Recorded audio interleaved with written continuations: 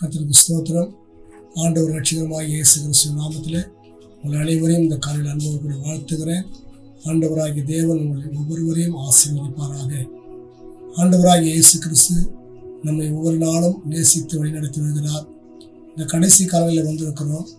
இந்த கடைசி காலத்தில் நாம் செய்ய வேண்டிய மிக முக்கியமான காரியங்கள் என்ன என்பதை குறித்து நாம் ஆராய்ந்து பார்த்து நாம் கடந்து செல்லும்போது ஆண்டவராகிய தேவன் நம்மை ஆசீர்வதிக்கிறவராக இருக்கிறார். இங்கே நாம் ஏசாயா தீர்க்கதரிசன 26ஆம் அதிகாரம் 3ஆம் வசனத்திலே நாம் வாசிக்கும்போது, உம்மை உறுதியாய் பற்றி கொண்ட மனதை உடையவன் உண்மையே நம்பியிருக்கிறபடியால் அவனை பூரண சமாதானத்தோடு காத்துக்கொள்வீர் என்று சொல்லி ஆண்டவராகிய தேவனுடைய வார்த்தையை ஏசாயா எழுதியிருக்கிறார். அருமையான தேவ பிள்ளைகளே, இங்கே நாம் கவனிக்கிறோம், இந்த கடைசி காலத்தில் நாம் செய்ய வேண்டிய காரியம் என்ன? தேவனை உறுதியாய் பிடித்து கொள்ளுகிற மனது இருந்தாலே போதும், நம்மை தேவன் பூரண சமாதானத்தோடே காத்துக்கொள்வார். மனது இருந்தாலே. ஆனால் நாம் மெய்யாகவே ஆண்டவராகிய தேவனை உறுதியாய் பற்றி கொள்வோம் என்று சொன்னால் நமக்கு எத்தனை பெரிய சமாதானத்தை கொடுக்க தேவன் வல்லவராக இருக்கிறார். ஆண்டவராகிய இயேசு சொல்லும்போது சொல்லுகிறார், என்னுடைய சமாதானத்தை உங்களுக்கு வைத்து போகிறேன், என்னுடைய சமாதானத்தை உங்களுக்கு கொடுக்கிறேன், உலகம் கொடுக்கிற பிரகாரமாக அல்ல, என்னுடைய சமாதானத்தை உங்களுக்கு வைத்து போகிறேன் என்று சொல்லி மிக அழகாக யோவான் சுவிசேஷத்தில் நமக்கு அவர் சொல்லி போயிருக்கிறார். அருமையான தேவ பிள்ளைகளை, இந்த உலகத்துல அநேகர் சமாதானம் இல்லாமல் அவர் வாழ்ந்து கொண்டிருக்கிறார்கள், சந்தோஷம் இல்லாமல் வாழ்ந்து கொண்டிருக்கிறார்கள். இன்றைக்கு ஆண்டவராகிய இயேசு கிறிஸ்துவினுடைய சமூகத்துல வந்து அவரை நாம் உறுதியாய் பிடித்துக் கொள்வோம் என்று சொன்னால் நிச்சயமாகவே தேவன் அவர் பூரண சமாதானத்தை நாம் கொடுக்க அவர் வல்லவராக இருக்கிறார். அவர் பூரண சமாதானத்தை பெற்றுக்கொள்ள நாம் என்ன செய்ய வேண்டும் என்று சொல்லி இதே ஏசாயா தீர்க்கதரிசன புத்தகம் 26:4 வாசிக்கிறோம்.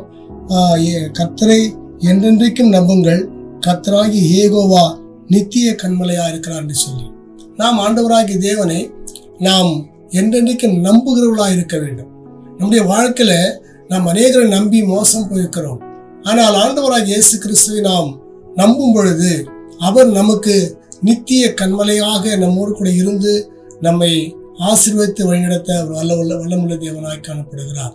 அவருடைய பரிசுத்த கரத்துல நீங்கள் உங்களை ஒப்புக் கொடுக்கிற வேளையில ஆண்டவர் தாமே நிச்சயமாக ஒரு நாளும் கைவிட மாட்டார் நாம் அறிந்திருக்கிறோம். ஆண்டவராகிய தேவனுடைய சமூகத்தில் வந்திருக்கிற நீங்கள் ஒரு நாளும் வெட்கப்பட்டு போகாதபடிக்கு சமாதானத்தை பெற்றுக்கொள்ளும்படிக்காக கர்த்தர் கிருபை செய்கிறவராக இருக்கிறார். ஏனென்றால் தேவனாய் கர்த்தர் இந்த உலகத்துல நமக்கு விசேஷமாய், உதாரணமாக அவர் மரித்து உயிர்த்தெழுந்த பிறகு சீசரிடத்திலே கடந்து சென்ற போது கூட அவர் சொன்ன வார்த்தை உங்களுக்கு சமாதானம் என்று சொன்னார். அருமையான தேவ பிள்ளைகளே, ஏனென்றால் சமாதானம் இல்லாமல் தவித்துக் கொண்டிருக்கிறவர்களை பார்த்துதான் தேவன் சொல்லுகிறார் உங்களுக்கு சமாதானம் என்று சொல்லி. இன்றைக்கு இந்த செய்தியை கேட்டுக்கொண்டிருக்கிற தேவ பிள்ளைகளை, நீ யாரா இருந்தாலும் உன்னுடைய வாழ்க்கையில சமாதானம் இல்லையா, சந்தோஷம் இல்லையா, ஆண்டவராகிய இயேசு கிறிஸ்துவினுடைய சமூகத்தில் நீ வந்து அவரை உறுதியாய் பிடித்துக் கொள்வாய் என்று சொன்னால் ஆண்டவராகிய தேவன் உனக்கு பூரண சமாதானத்தை கொடுக்க அவர் வல்லமுள்ள தேவனாக இருக்கிறார்.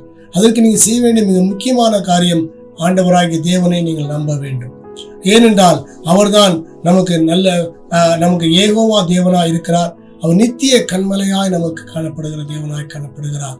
நம்முடைய ஆண்டவர் நம்மை அவ்வளவாய் நேசித்து நம்மை வழிநடத்துகிறவராய் காணப்படுகிறார்.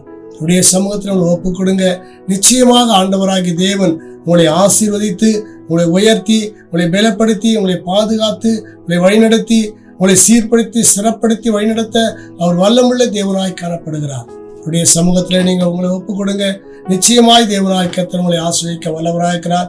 தேவனாய் கர்த்தருடைய ஆசீர்வாதத்தை பெற்றுக்கொள்ளத்தக்க விதமாக தேவ சமூகத்திலே இப்பொழுது சமாதானம் இல்லாத தேவ பிள்ளைகள் உங்களுடைய இருதயத்திலே கையை வைத்துக் கொண்டு, ஆண்டவரே நீர் எனக்கு சமாதானத்தை கட்டிடுங்க, ஆண்டவரே நான் சமாதானம் இல்லாமல் அழிந்து கொண்டிருக்கிறேன், என்னுடைய வாழ்க்கையில சந்தோஷம் சமாதானம் இல்லை ஆண்டவரே என்று சொல்கிறவர்கள் நீங்கள் இப்பொழுது என்னோடு கூட சேர்ந்து ஜெபிக்கும் பொழுது ஆண்டவராகிய தேவன் நிச்சயமாக உங்களுக்கு சமாதானத்தை ஆசீர்வாதத்தை கொடுக்க வல்லவராக. நாம் ஜெபிப்போமா? பரிசுத்தமுள்ள பரலோக பிதாவே, இந்த மகிமையான வேலைக்காக நன்றி செலுத்துகிறோம். இயேசுவின் நாமத்தில் வருகிறோம் ஆண்டவரே. இந்த மகிமை நாளிலே தேவனுடைய பரிசுத்த சமூகத்துல ஆண்டவரே இந்த சத்தத்தை கேட்டுக்கொண்டிருக்கிற ஒவ்வொரு பிள்ளைகளும் சமாதானம் இல்லாமல் அலைந்து கொண்டிருக்கிறார்கள் ஆண்டவரே. உலகம் முழுவதுமே சமாதானம் இல்லாமல் அலைந்து கொண்டிருக்கிற இந்த வேளையில இந்த சத்தியத்தை கேட்டு உண்மை உறுதியாய் பிடித்துக் கொள்ள மனதை உடைய யாராயிருந்தாலும் அவளுக்கு பூரண சமாதானத்தை கொடுப்பேன் என்று சொல்லி நீர் வாக்குப்படி இருக்கிற வார்த்தையின்படியே நீர் அவளை ஆசீர்வதித்து வழிநடத்தும்படிக்காக நாங்கள் செபிக்கிறோம். அது உம்முடைய சமாதானம் ஆண்டவரே. என்னுடைய சமாதானத்தை நான் கொடுக்கிறேன்னு சொன்னீங்களே, அந்த சமாதானத்தை உடைய பிள்ளைகளுக்கு தந்து வழிநடத்த வேண்டும். உலகம் கொடுக்கிற பிரகாரமாக அல்ல ராஜா, உம்முடைய சமாதானத்தையே கொடுத்து நீருளை ஆசீர்வதித்து வழிநடத்தும்படிக்காமலே கருத்தில் ஒப்புடுத்து நான் செபிக்கிறேன். நீரை பொறுப்படுத்திக் கொள்ளும், ஆளுகை செய்து ஆசீர்வதியும், திருநாமத்தை மையப்படுத்திக் கொள்ளும். இயேசு நாமத்தில் வேண்டிக் கொள்கிறோம் பிதாவே. ஆமென். ஆமென்.